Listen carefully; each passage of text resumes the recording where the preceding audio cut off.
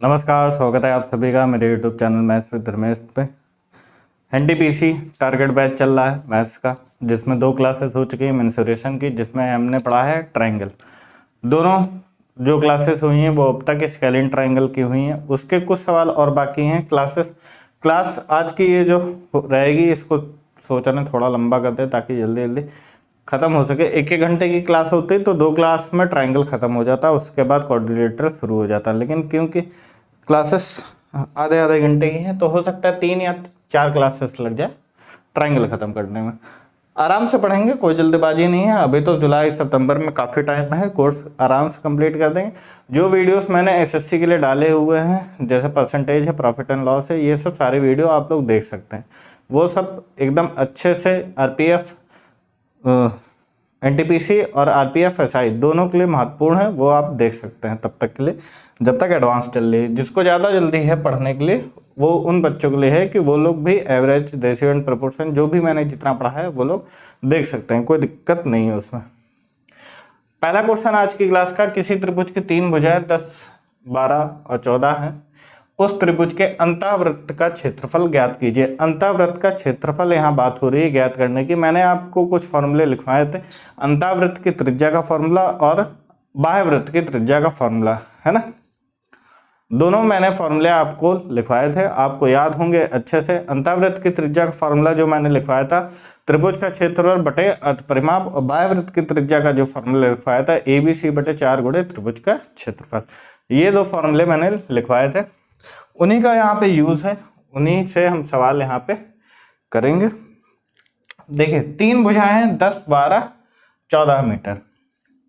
अंतःवृत्त की त्रिज्या का फॉर्मूला जैसे मैंने बताया कि त्रिभुज का क्षेत्रफल बटे अर्ध परिमाप। तो यहाँ पे सबसे पहले त्रिभुज का क्षेत्रफल हमें जरूरत पड़ेगी और अर्ध परिमाप की जरूरत पड़ेगी। तो पहले देख लेते हैं अर्ध परिमाप, सेमी पेरीमीटर, है ना, या फिर हाफ पेरीमीटर, कुछ भी कह लीजिए।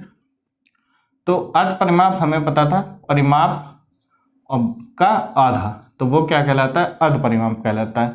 तो 10, 12, 22 और 14, 36 बटे 2, यानी कि जो हमारा हाफ पेरीमीटर आएगा, अर्ध परिमाप आएगा, वो कितना आएगा, 18 आएगा।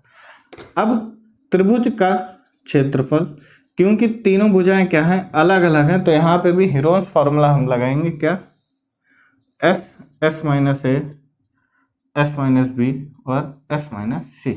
ये अर्ध परिमाप क्या कहलाता है, S कहलाता है। तो 18 माइनस A, 10 माइनस करेंगे तो कितना आ जाएगा, 8 आ जाएगा। 18 माइनस B 6 आ जाएगा। 18 माइनस C 4 आ जाएगा।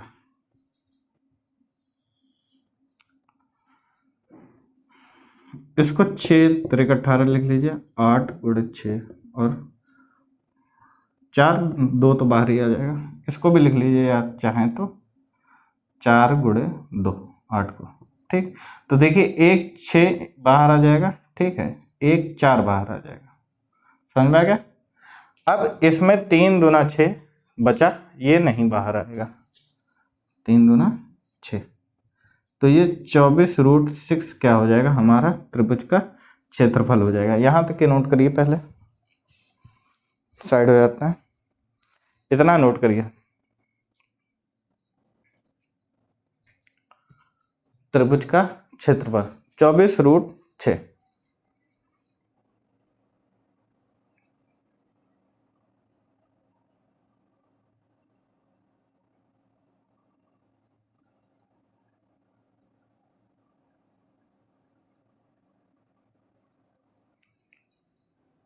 हो गया।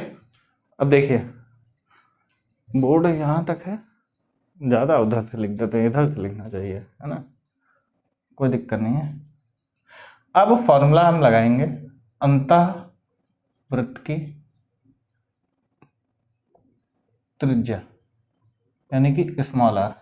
तो स्मॉल r बराबर हमारा क्या होता है, बताइए, त्रिभुज का क्षेत्रफल बटे अर्ध परिमाप, ठीक। हमसे यहाँ पूछा गया अंतःवृत्त का क्षेत्रफल ज्ञात करिए। क्या पूछा गया, अंतःवृत्त का क्षेत्रफल। तो पहले r उसके लिए जरूरत होगी। देखिए ये ट्रायंगल है,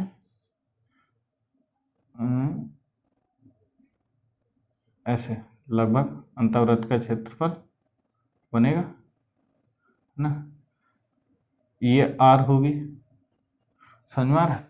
ये 10, 12 और ये क्या 14 मान लीजिए। तो आर हमें जरूरत पड़ेगी क्योंकि अंतःवृत्त का क्षेत्रफल यानी कि सर्कल का आपको क्षेत्रफल बताना है। तो त्रिभुज का क्षेत्रफल हमारा क्या है 24√6 बटे अर्ध परिमाप यानी कि 18। इसको 6 से काट दिए, 6 चौक 24, 6 त्रिक 18। रेडियस जो हमारी आएगी 4/3√6 मीटर। यही क्या सॉरी ये क्या है हमारी रेडियस आर है। अब त्रिभुज सर्कल का क्षेत्रफल जो हमारा होगा यानी कि वृत्त का क्षेत्रफल, वृत्त का क्षेत्रफल जो हमारा होगा वो क्या होता है पाई आर स्क्वायर। ये फॉर्मूला आपको पता होगा अच्छे से, बोलिए भाई। एरिया ऑफ अ सर्कल क्या होता है पाई आर स्क्वायर। तो पाई 22/7 गुणे आर स्क्वायर यानी कि 4/3 गुणे √6, 4/3 गुणे √6। दोनों तरीकों से आप लोग समझने का प्रयास करें। 4 4 8 22 8। कोई भी आपस में क्या हो रहा है कटेगा नहीं, है ना। हाँ नहीं कटेगा। कोई भी आपस में क्या हो रहा है बताइए भाई, नहीं कट रहा है। इंटू कर दीजिए, ये 176 गुणे 6 हो जाएगा, इधर हो जाएगा 63, 6 कट जाएगा, सॉरी 21 गुणे 3 करिए, 3 दूना 6। तो 176 गुणे 2 यानी कि 352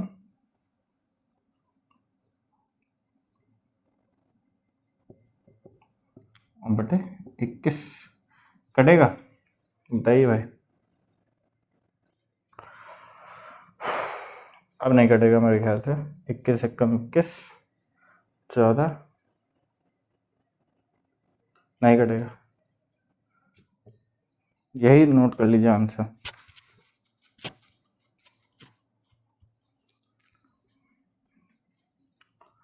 मीटर स्क्वायर, फटाफट नोट करिए।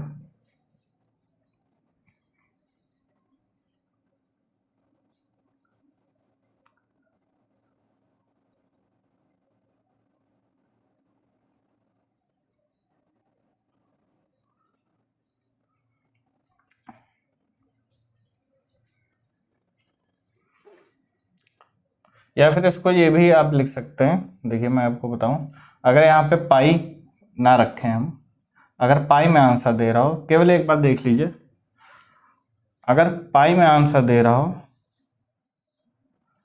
तो क्या हो जाएगा 3 दूना 6, ये तो कट जाएगा, समझ में आ रहा है कि नहीं। तो 4 चौक 16 दूना 48, 48 बटे क्या आ जाएगा 3, सॉरी 4 चौक 16 दूना 32, 32/3 पाई। इसको लिख सकते हैं 10 सही 2/3 पाई। ये एक आंसर हो सकता था।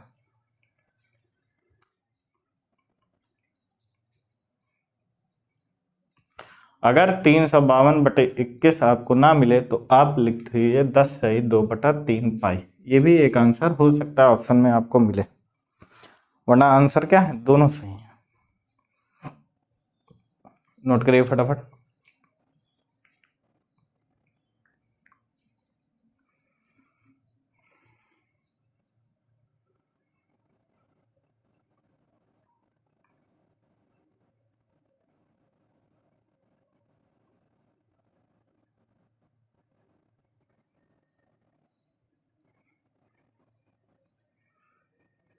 कि 352 ही आएगा, कुछ गड़बड़ तो नहीं कर दिया इससे।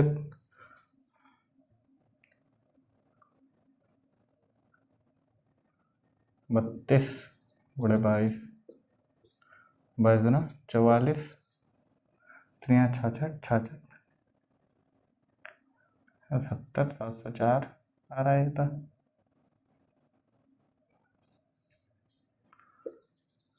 एक का गड़बड़ है भाई, 1 मिनट देख लीजिए कैलकुलेशन। ये वाला तो सही है, देखिए ये 22/7 अगर यहाँ पे रखें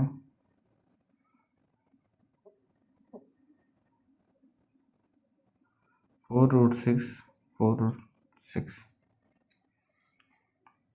अरे यार 4×16, 4×2 8 हो गया। सॉरी सॉरी सॉरी,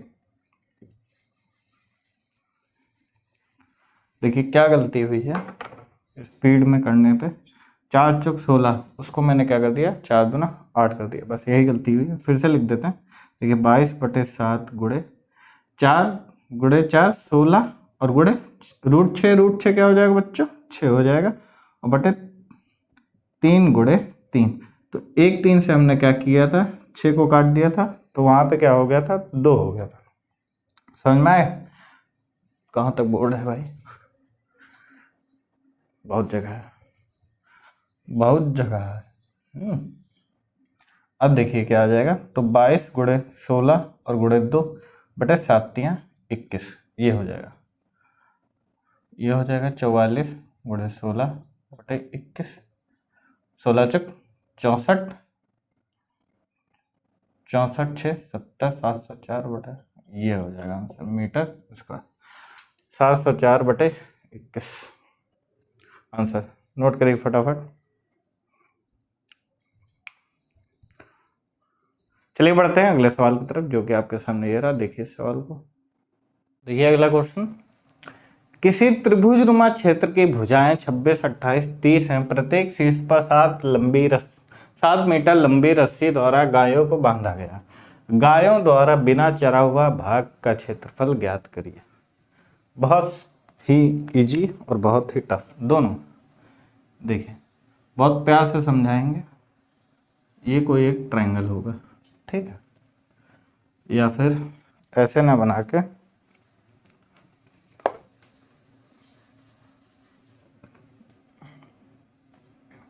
थोड़ा ऐसे कर लीजिए, ठीक है, थोड़ा लंबा। अब प्रत्येक शीर्ष पर क्या किया गया, रस्सी बांधी गई है, जिसमें गायों को क्या किया है, बांधा गया है। ऑफलाइन में यही होता है, डायग्राम बनाना है, ठीक है। प्रत्येक शीर्ष पर रस्सी बांधे। आप जानते हैं कि खूंटा अगर यहाँ बांधा गया है किसी जानवर को, जितनी लंबी उसकी रस्सी होगी, रस्सी कितनी है, 7 मीटर लंबी। कितनी लंबी रस्सी है, 7 मीटर लंबी। तो वही वो 7 मीटर तक ही वो क्या करेगी, गोले गोले गोले गोले क्या करेगी, चर पाएगी, उसके आगे नहीं चर पाएगी। क्या सर्किल बना है, वाह वाह, अरे वाह। 7 मीटर लंबा तक वो क्या करेगी, तो ऐसे ही यहाँ जैसे मान लीजिए 7 मीटर यहाँ तक आएगा, तो ऐसे ही वो क्या करेगी, इतना एरिया चर पाएगी। ऐसे ही हर एक क्षेत्र पर क्या होगा, जैसे 7 मीटर यहाँ तक आया, तो ऐसे ही ये भी क्या करेगी, इतना एरिया चर पाएगी। यहाँ पे इधर से भी वही बात आएगी। तीनों शीर्ष पर बंधी है, ठीक है, प्रत्येक शीर्ष पर बोला गया है, ठीक। तो यहाँ से क्या होगा, एक एंगल क्रिएट हो रहा होगा, जिसको हम मानते हैं थीटा। क्या मानेंगे, थीटा डिग्री, ठीक है। अब ये तो एक सर्किल बन रहा है, तो आप जानते हैं जैसे ये एक सर्किल बन रहा है और ये एक क्या हो रहा है, त्रिज्यखंड, जिसको हम इंग्लिश में कहते हैं सेक्टर। क्या बन रहा है, एक सेक्टर बन रहा है, ठीक।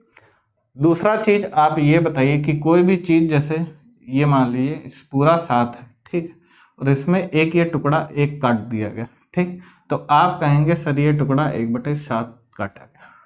7 में कितना टुकड़ा काटा गया, 1 काटा गया, ठीक। तो वैसे ही area of sector of a circle की हम बात करें, या फिर area of one sector, area of one sector of a circle, ठीक, area of one sector of a circle, एक त्रिज्यखंड का क्षेत्रफल। ये क्या है, त्रिज्यखंड, इसको माने थीटा डिग्री का, और ये पूरा कितना होता है, 360 होता है, और इसको हम थीटा मानेगा, तो आप जानते हैं, तो ये क्या हो जाएगा, πr² थीटा बटे 360, त्रिज्यखंड का क्षेत्रफल। समझा, कटे हुए एक त्रिज्यखंड का जो क्षेत्रफल, जैसे πr² किसका होता है, बताइए, सर्किल का होता है, उसमें एक त्रिज्यखंड काटा गया जिसका थीटा बटे 360, πr² थीटा बटे 360 किसका होता है, area of one sector of a circle. इतना समझ में आया? बताइए कि एक त्रिज्यखंड का जो क्षेत्रफल हुआ वो हुआ πr² थीटा बटे 360, area of 1 sector of a circle. ठीक, अब यहाँ पे क्या हुआ है, 3 सेक्टर हैं ऐसे। कितने सेक्टर हैं? 3 सेक्टर हैं ऐसे। ठीक है, और हमें बताना है, सवाल में क्या दिया गया है, गायों द्वारा बिना चरा हुआ भाग। तो बिना हुआ चरा हुआ भाग क्या होगा? रेड मार्कर देख लेते हैं, यहाँ पे थोड़ी ज़रूरत है दूसरे मार्कर की।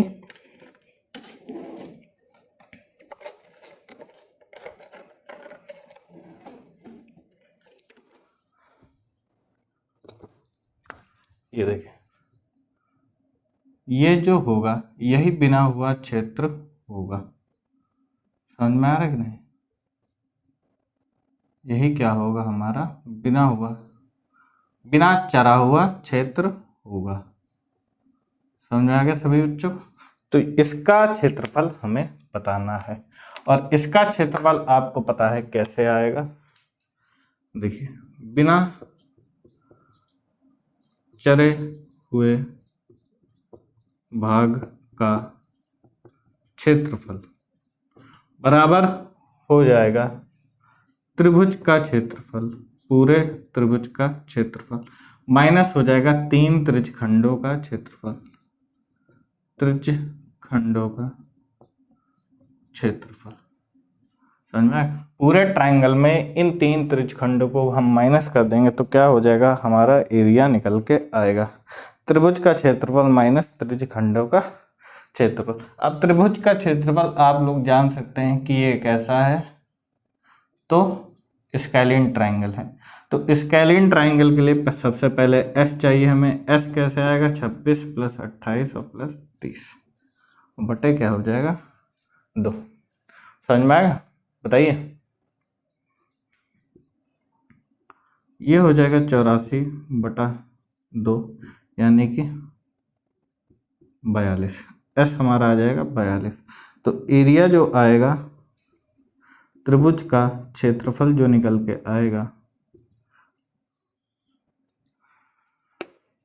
एस 42, 42 और 26, 26 दूना 52, 16, 42 28 14, 42 30 12। अलग अलग निकाल के बता रहे हैं, वरना एक साथ भी बता सकते थे। इसको लिख लीजिए 6 7 42, इसको लिख लीजिए 8 दूनी 16, इसको लिख लीजिए 7 दूना 14, इसको लिख लीजिए 6 दूनी 12। ठीक है, अब इसको हटा के यहाँ पे आप लिख सकते हैं 4 × 2 8 को। ठीक है, और इस 4 को भी ज़रूरत नहीं है। देखिए यहाँ से क्या क्या बाहर निकल के आएगा। 1 6 बाहर निकल के आया। ठीक, 1 7 बाहर निकल के आया। ठीक है, 1 2 3 4, तो यहाँ पे क्या हुआ 2 बाहर निकल के आया। 4 थे, कितने निकल के आएंगे? 2 बाहर निकलेंगे, और इस 4 का भी कितना निकल के आएगा? 1 निकल के आएगा। तो 6 7 42, 42 दूना 84, 84 दूना 168, 168 दूना 168 और दूना 336। ये आएगा त्रिभुज का क्षेत्रफल। मीटर में दिया है, मीटर स्क्वायर। अब त्रिज्यखंड का क्षेत्रफल यहाँ पे आप देखिए कैसे निकालेंगे। तो πr² थीटा होता है, लेकिन यहाँ पे 3 है, तो यहाँ पे हम कह लेंगे θ1 + θ2 + θ3 और बटे 360। ठीक है, ये किसका है? त्रिज्यखंड का क्षेत्रफल, त्रिज्यखंड का। ठीक, πr²। अब θ1 + θ2 + θ3 का मान क्या होगा? तो बेटा आप लोग जानते हैं कि एक ट्राइंगल के तीनों कोणों का मान क्या होता है? 180 डिग्री होता है। कितना होता है? The sum of interior angle of a triangle is 180 degree. तो ये कितना हो जाएगा? πr² × 180 डिग्री बटे 360। ठीक, अब रेडियस क्या हो जाएगी? रेडियस आपको पता है कितनी होगी? 7 मीटर। तीनों पे कितनी हो जाएगी? 7 मीटर। तो पाई 22/7 × 7 × 7, r² की जगह हमने रेडियस रखी 7 × 7 × 180 बटे 360। 182 या 360, 7 से 7 कट गया, ये 11 आ गया, तो 11 इंटू 7 यानी कि 77 मीटर स्क्वायर किसका आया? त्रिज्यखंड के त्रिज्यखंडों का क्षेत्रफल आया। बोलिए भाई, कोई भी यहाँ तक दिक्कत बताइए, जल्दी नोट कर लीजिए यहाँ तक फटाफट। अब जैसे यहाँ बोला गया है कि त्रिभुज का क्षेत्रफल माइनस त्रिज्यखंड का क्षेत्रफल, तो यानी कि 336 में हम कितना माइनस कर देंगे? 77 माइनस कर देंगे, तो यह हो जाएगा 259 मीटर स्क्वायर। यही क्या है आंसर, नोट कर लीजिए फटाफट। 259 meter square is the answer of this question. बहुत आराम से समझा है, बहुत प्यार से समझा है, उम्मीद करते हैं आप लोगों को समझ में भी आया होगा। जल्दी जल्दी नोट करिए, बड़ा सवाल था, समझाना भी जरूरी था, इसलिए डबल मार्कर लेके आए खास आपके लिए आज पहली बार। अब जरूरत भी पड़ेगी, कहीं ग्रीन कहीं रेड, है ना, ब्लैक ब्लू तो है, तो जरूरत भी पड़ेगी, क्योंकि ज्योमेट्री और मेंसुरेशन में ही आप जानते हैं सबसे ज़्यादा डायग्राम बनाने की ज़रूरत पड़ती है, और साथ ही साथ उनको अलग अलग तरीक़ों से समझाने की भी ज़रूरत पड़ती है। एक बार नोट कर लिए, फिर आपको समझा देते हैं।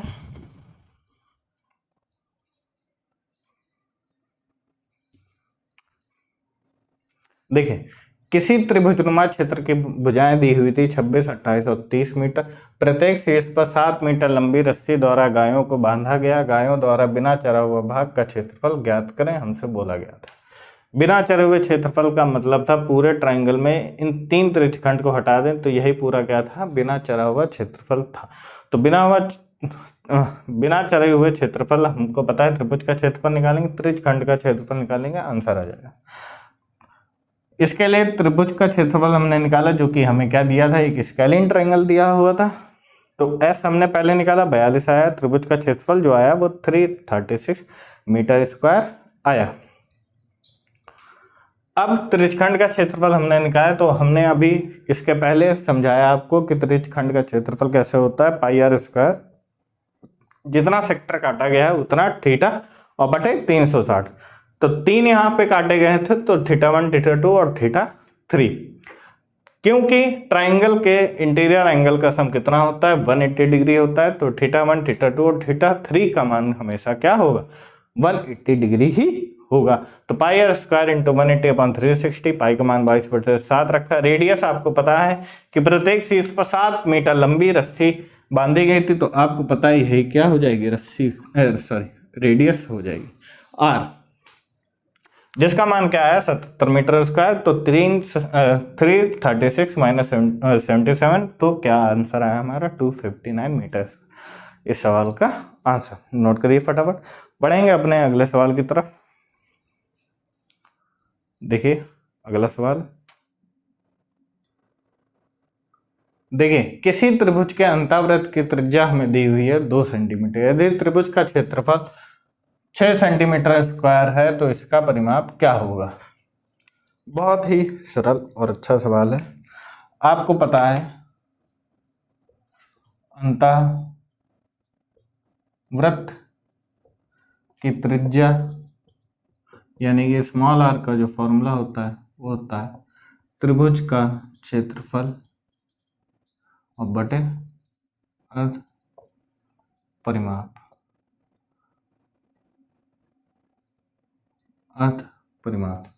ठीक है।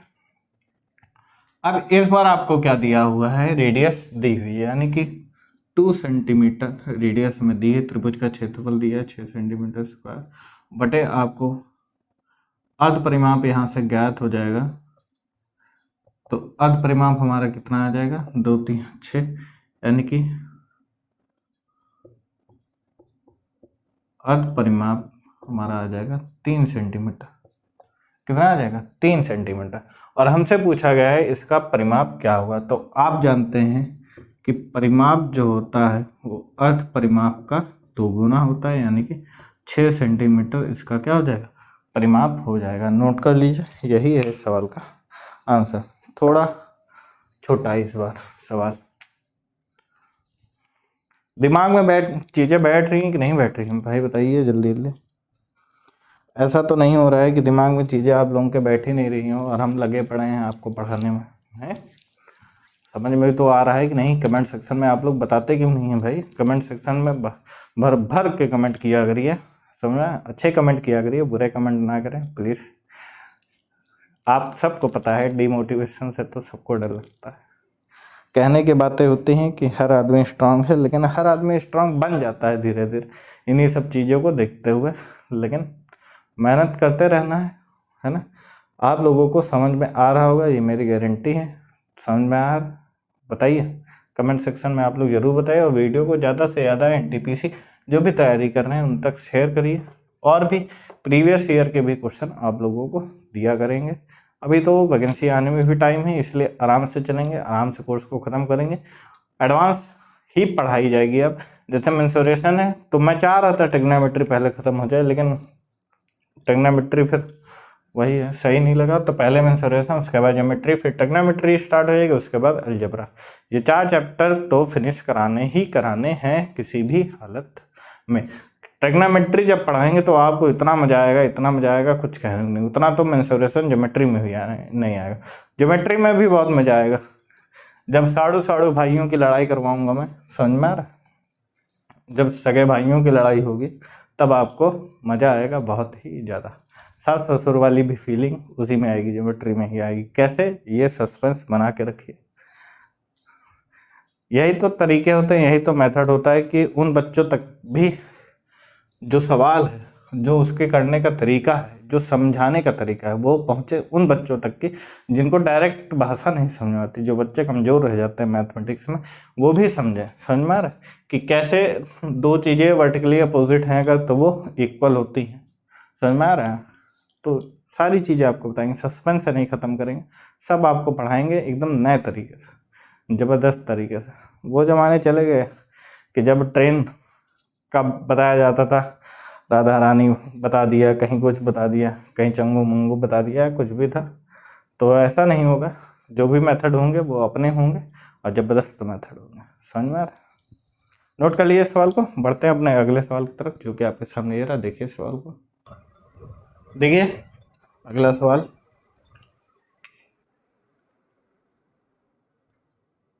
जो आवाज़ आपको आई होगी वो फैन की आई होगी, फैन बंद करना भूल गए थे, चेंज कराना है, थोड़ा आवाज़ कर रहा है इसलिए बंद कर देते हैं, अभी उतनी गर्मी भी नहीं है। किसी अर्धवृत्त की त्रिज्या x इकाई है, इस वृत्त के अंदर बने सबसे बड़े त्रिभुज का क्षेत्रफल ज्ञात करिए। अर्धवृत्त,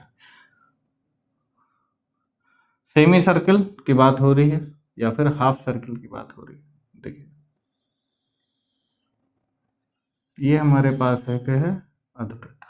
ठीक, वाह वाह, आज तो मेरी शुरुआत से अच्छी थी, है ना? तो आपको पता है जो इसकी त्रिज्या दी है, ये मान लीजिए A पॉइंट है, ये B पॉइंट है, ये बीच में O पॉइंट मान लीजिए, ठीक है? तो इसकी त्रिज्या हमें दी हुई x, ठीक। तो आप जानते हैं कि जो डायमीटर होता है, सॉरी जो रेडियस होती है वो d/2 होती है। अब डायमीटर यहाँ से क्या हो जाएगा? तो r × 2 यानी कि x × 2 बराबर डायमीटर क्या हो जाएगा? 2x हो जाएगा। जाहिर सी बात है, x अगर इधर है तो x क्या हो जाएगा? इधर हो जाएगा, और पूरी क्या हो जाएगी? 2x हो जाएगी, है ना? समझ में आ रहा है कि नहीं? अब सबसे बड़े त्रिभुज की बात कर रहे हैं, तो इसको अगर हम ऐसे बढ़ा दें और ये त्रिभुज हम यहाँ से बनाएं, इसको मान लीजिए C नाम दीजिए, ठीक। बताइएगा ये त्रिभुज क्या हुआ? सबसे बड़ा बना। इसको रफ कर दीजिए अभी, ठीक। ये त्रिभुज क्या बना? सबसे बड़ा बना। तो आपको पता है त्रिभुज का जो क्षेत्रफल होता है, क्योंकि यहाँ पे ना आपको पता है कि ये स्केलिन है या कौन सा है, आइसोसेलेस है, कुछ भी आपको कुछ नहीं पता है, तो आप सीधा फॉर्मूला लगाइए, हाफ आधार गुणे ऊंचाई वाला, ठीक है। अब आप कहेंगे आधार तो सर हमको पता है, लेकिन ऊंचाई नहीं पता। ऊंचाई भी आपको पता है कैसे? ये क्या होगी? इसकी हाइट होगी, बताइए। और आपको पता है ये जो OC होगी, OC क्या होगी? AB की आधी होगी। AB की क्या होगी? आधी होगी, और AB 2x है, यानी कि OC भी क्या होगी? x होगी, यानी कि ये भी क्या होगी? रेडियस होगी। होगी कि नहीं रेडियस, बताइए। कोई भी दिक्कत है आपसे, अगर कोई सर्किल है, पूरा सर्किल मान लीजिए, ठीक, अगर कोई सर्किल है और ये इसकी क्या है, आर है, रेडियस है, तो ये भी क्या होगी, रेडियस होगी, ये भी क्या होगी, रेडियस होगी, ये भी क्या होगी, रेडियस होगी।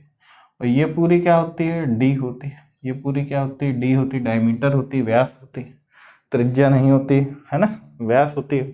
तो यहाँ पे भी इस पॉइंट से सी पॉइंट तक, वो पॉइंट से सी पॉइंट तक जो होगी वो भी क्या होगी, रेडियस होगी। बताइए समझ में आ रहा है कि नहीं। ये अगर 2x है और ये x और x क्या है, इसकी त्रिज्या है, रेडियस है और व्यास 2x है, तो OC AB की आधी होगी। OC बराबर क्या होगा, x होगा, या फिर कह लीजिए AO बराबर होगा OC के, या फिर OC बराबर होगी OB के।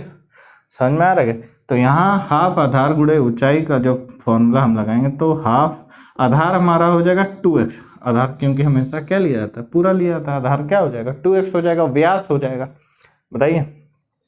और ऊंचाई क्या हो जाएगी, x हो जाएगी, तो ये 2 से 2 कट जाएगा और x स्क्वायर क्या हो जाएगा, त्रिभुज का क्षेत्रफल आ जाएगा आंसर। नोट कर लीजिए कि the answer of the question is x square, the area of the triangle is x square. Note करिए फटाफट। इस वृत्त के अंदर बने सबसे बड़े त्रिभुज का क्षेत्रफल जो होगा क्या होगा, x स्क्वायर होगा। सिंपल। यूनिट दी हुई थी x इकाई। किसी को अगर गड़बड़ दिख रहा हो या फिर राइटिंग, तो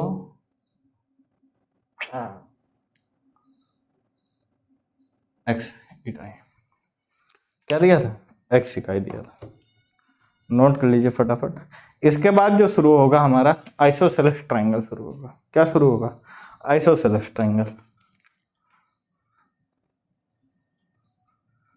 दो भुजाएं जिसमें क्या हो, बराबर हो, जो दो एंगल आमने सामने के क्या हो, बराबर है। ये 60 है तो ये भी 60 मान लीजिए अभी के लिए केवल, वरना आप कहेंगे सर ये भी तो 60 हो गया, ये फिर वो बन जाएगा। अरे इसको मान लीजिए 80, इसको 70 मान लीजिए, ठीक है, और इसको 15 मान लीजिए, इसको 15 मान लीजिए, ठीक। क्योंकि ड्राइंग अच्छी है तो डायग्राम आपको तो अच्छे दिख रहे होंगे फिलहाल, है ना, उतने टेढ़े नहीं है, उतने सीधे भी नहीं है, अच्छे हैं, है ना। नोट कर लीजिए। यहीं पे आज समाप्त करते हैं। कल से हमारा जो शुरू हो जाएगा वो समद्विबाही त्रिभुज यानी कि आइसोसेलेस ट्रायंगल की क्लास शुरू हो जाएगी। ज़्यादा से ज़्यादा वीडियो को शेयर करिए उन तक जो भी NTPC की तैयारी कर रहे हैं। मिलेंगे आपसे अपने आने वाली वीडियोस में, तब तक नमस्कार, जय हिंद।